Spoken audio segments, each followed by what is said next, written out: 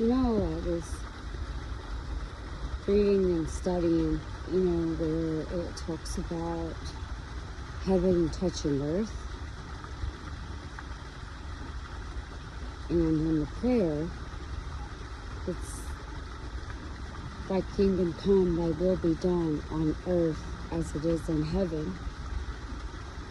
So if you think about heaven touching earth and things being renewed, it's a slow process because it gives time for each one in their own season to come to the realization of what is going on and what the truth is.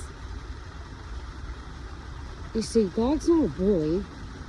He's not one that just cut and dry cuts you off just because, you're not worthy, because none of us are. He knows that. But he gives us time in slow revealings to come to the point when it's your turn to see with your eyes and hear with your ears where you didn't before, to return back to him. When you are touched by God and you feel that forgiveness that surpasses all understanding, that brings that peace. It brings godly sorrow. You feel that conviction inside, and it like takes a hold of you, and it'll make tears flow down your face, washing your heart, giving you a new heart, a heart of flesh that's after God, and to love one another and to help one another. So this long-suffering time is not for destruction, but your free will choice depends on whether or not you will continue into the promised land. And if you think about Moses, when they were in exile and they were traveling around, which ended up being 40 years, going in a circle, holy, holy, holy. They were right there on the cusp. And all they had to do was get right with God to enter into the new promised land. And that's what we're going through today with our exile. And everybody in their own season. But when your season comes, if you do not choose wisely and humble yourself before a living creator, you have to pay the penalty of sin, which is death. Sins are forgiven. That's the gospel of peace. And you don't have to ask for forgiveness. Just turn back to God. He will change you. It's not something you can do of yourself. You're made free. It's a process. It's a journey. Just because you fall, so what? Get back up. Keep pressing forward. Keep striving to perfection. Will we obtain perfection? No. But when God sees that we're willing to take the high road when it's the hard road, he can bless it. The only failure is not getting back up. Falling's not a failure. You just figure it out. I can't do that. Learned, what not to do. Get back up. Try again. But the thing is you have to learn from mistakes. If you do not learn from mistakes, you're going to keep repeating them. And it just makes life worse. It's like a child learning to walk for the first time. If you've ever watched them, they learn how to, scoot on their belly, and then they learn how to crawl, and, then they learn how to stand, and then they learn how to walk. Sometimes it takes holding a hand to walk, but you get to the point where you don't need that hand anymore to hold you and help lead you and guide you. Your brothers and sisters, you can walk on your own, but walk beside them without needing that training wheel, like riding a bike. You hold each other up. And you walk beside each other, and when you see the other gonna fall, or kind of veering off the wrong path, you lovingly redirect. That's what we're supposed to do, is keep each other on the straight and narrow path. Checks and balances. So with us in the promised land coming ahead, you can see it, you can taste it.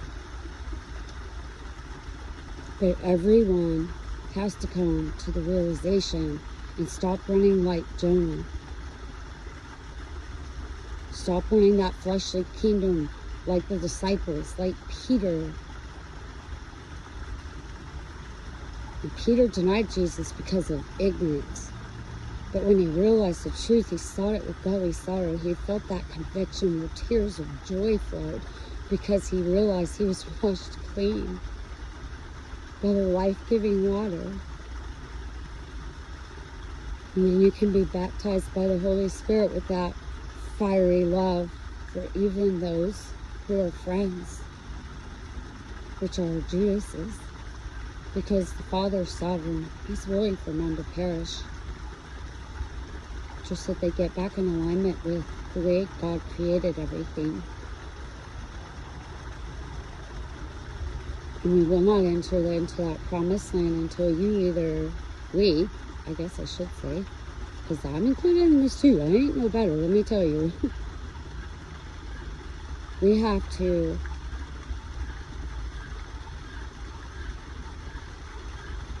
come to the end of ourselves and learn that we have to depend on God.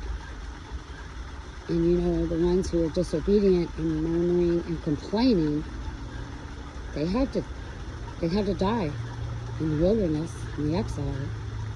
They weren't allowed to enter the promised land. That's where we're at. We're waiting for all of that to either fall into alignment, or they're not going to enter the promised land. I was thinking, I've been gifted by the Native elders. The pictures I posted. But even though I've become an elder, and I'm fixing to be a nana for the 3rd time, yay! I'm so proud of my children, gifting me with grandchildren. God is truly blessed me. But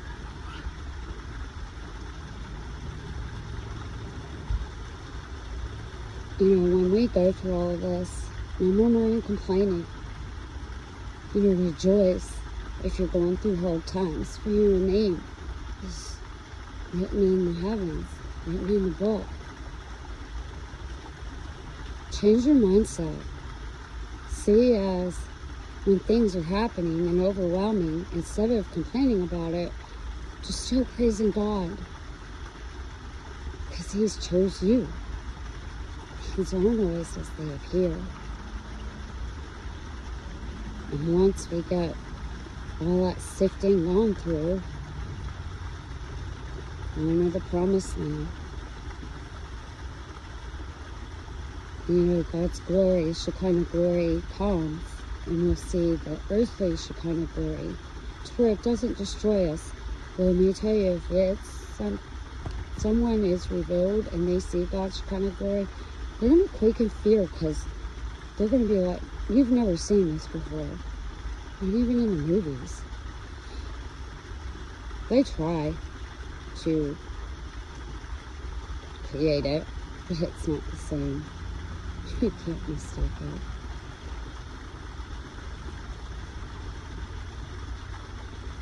But that's where we're at, y'all.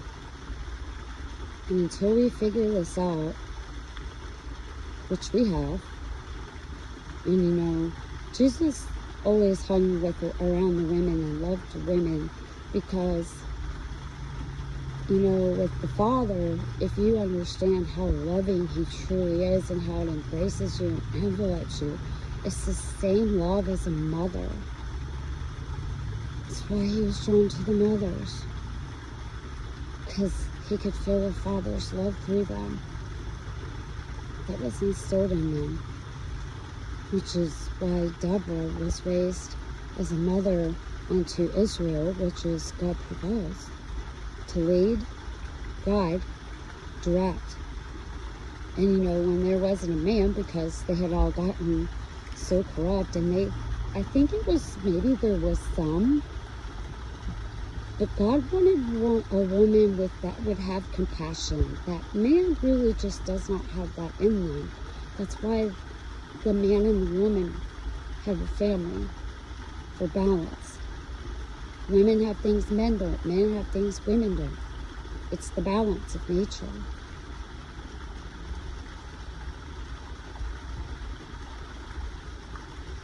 But it makes me wonder, when there's no one to lead or guide,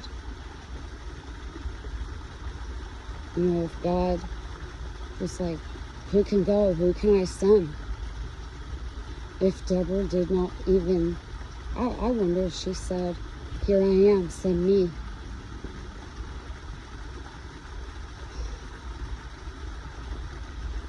Because if somebody doesn't step up to take the high road, to say the hard things,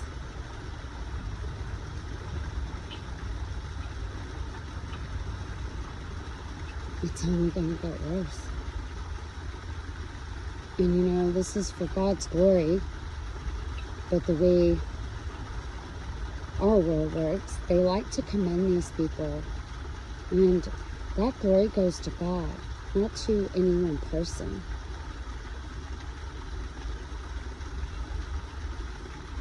Deborah rose as a mother for guidance, correction, because right now, most people don't know the left from the right, y'all. But to love them with the love of the Father.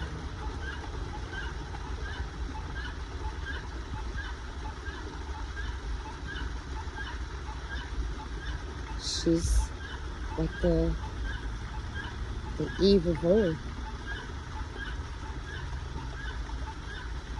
Only I think she did a little bit better, because she did bring them back together as a kingdom.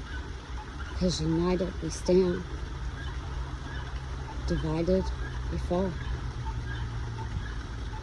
And when you have a group, and it doesn't have to be very big, to stand together as one, united, the others either join in the cadence and obedience, because the Father still requires obedience.